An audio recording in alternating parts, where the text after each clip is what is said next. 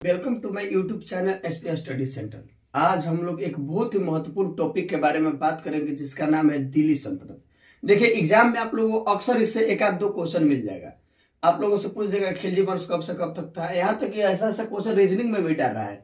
Series में बोल रहा है कि सजाइए पहले गुलाम वंश था, तुगलक वंश था कि खिलजी वंश था। तो देखिए हम उसी को याद करने के लिए एक बहुत ही मजेदार ट्रिक बनाए हैं जिसका नाम है गुल खिलातू सुल्ले। और इससे पहले हम लोग बात कर लेते हैं कि देखिए दिल्ली सल्तनत में टोटल 5 वंशों शासन किया। कितना किया? 5 वंशों ने शासन किया। उनका शासन काल था 1206 से लेकर 1526, 1206 से लेकर 1526। और उन लोगों का देखिए हम सीरीज में नाम याद करने के लिए बहुत ही मजेदार ट्रिक बनाए हैं। ट्रिक क्या है?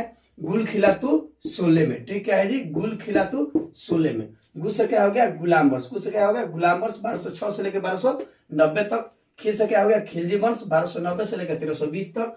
तू से क्या हो गया? तुगलक वंश 1320 से लेकर 1414 तक। और स से क्या हो गया? सैद वंश 1414 से लेकर 1451 तक। और ल से क्या हो गया? लोधी वंश 1451 से लेकर 1526 तक।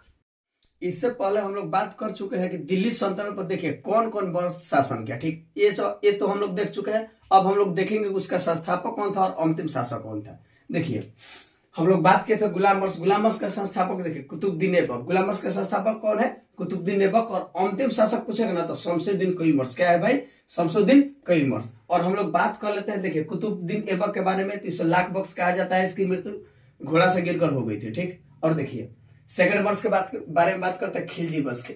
सेकंड वंश कौन है भाई? खिलजी वंश। खिलजी वंश का संस्थापक था जलालुद्दीन खिलजी। कौन था? जलालुद्दीन खिलजी। और अंतिम शासक था मुबारक शाह खिलजी। मुबारक शाह खिलजी के बारे में एक बरनी बहुत ही अच्छा बात कहते हैं। ठीक है, बहुत ही अच्छा। क्या बोले इसके बारे में? ये अच्छा ही था। ये ऐसा बादशाह था ना जो अपने दरबार में लंगा घुमा करता था। क्या? कभी कभी स्त्रियों का वस्त्र पहनकर घुमा करता था।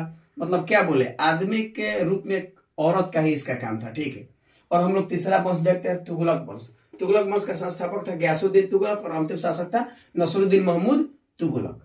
ठीक है, और गयासुद्दीन के तुगलक के बारे में बात करें तो नहरों का निर्माण कार्य दिल्ली सल्तनत में सबसे पहले शुरू गयासुद्दीन तुगलक को नहीं किया था। भले ही नहरों का नेटवर्क फिरोज शाह तुगलक के समय में था क्योंकि वो 5 बड़े बड़े नहर का निर्माण किया था।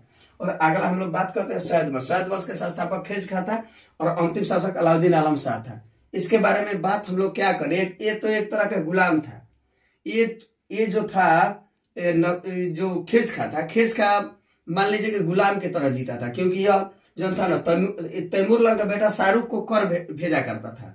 ये अपने स्वच्छ रूप से नहीं रहता था दिल्ली के शासन पर। इसको तो एक तरह से बैठाया गया था। और 50 वंश है लोधी वंश। लोधी वंश का संस्थापक है बलहोल लोधी और अंतिम शासक है इब्राहिम लोधी। इब्राहिम लोधी के बारे में हम लोग बात करते हैं। इब्राहिम लोधी ऐसा है जो दिल्ली सल्तनत में पहला ऐसा शासक था जो युद्ध स्थल में मारा गया। ठीक, और दिल्ली सल्तनत का अंतिम शासक भी इब्राहिम लोधी था। और एक और क्वेश्चन एग्जाम में पूछता है ना कि दिल्ली सल्तनत पर पहला अफगान वंश का स्थापना किसने किया था? दिल्ली सल्तनत पर पहला अफगान वंश की स्थापना बहलोल लोधी ने किया था। यही लोधी वंश जो है पहला अफगान वंश था।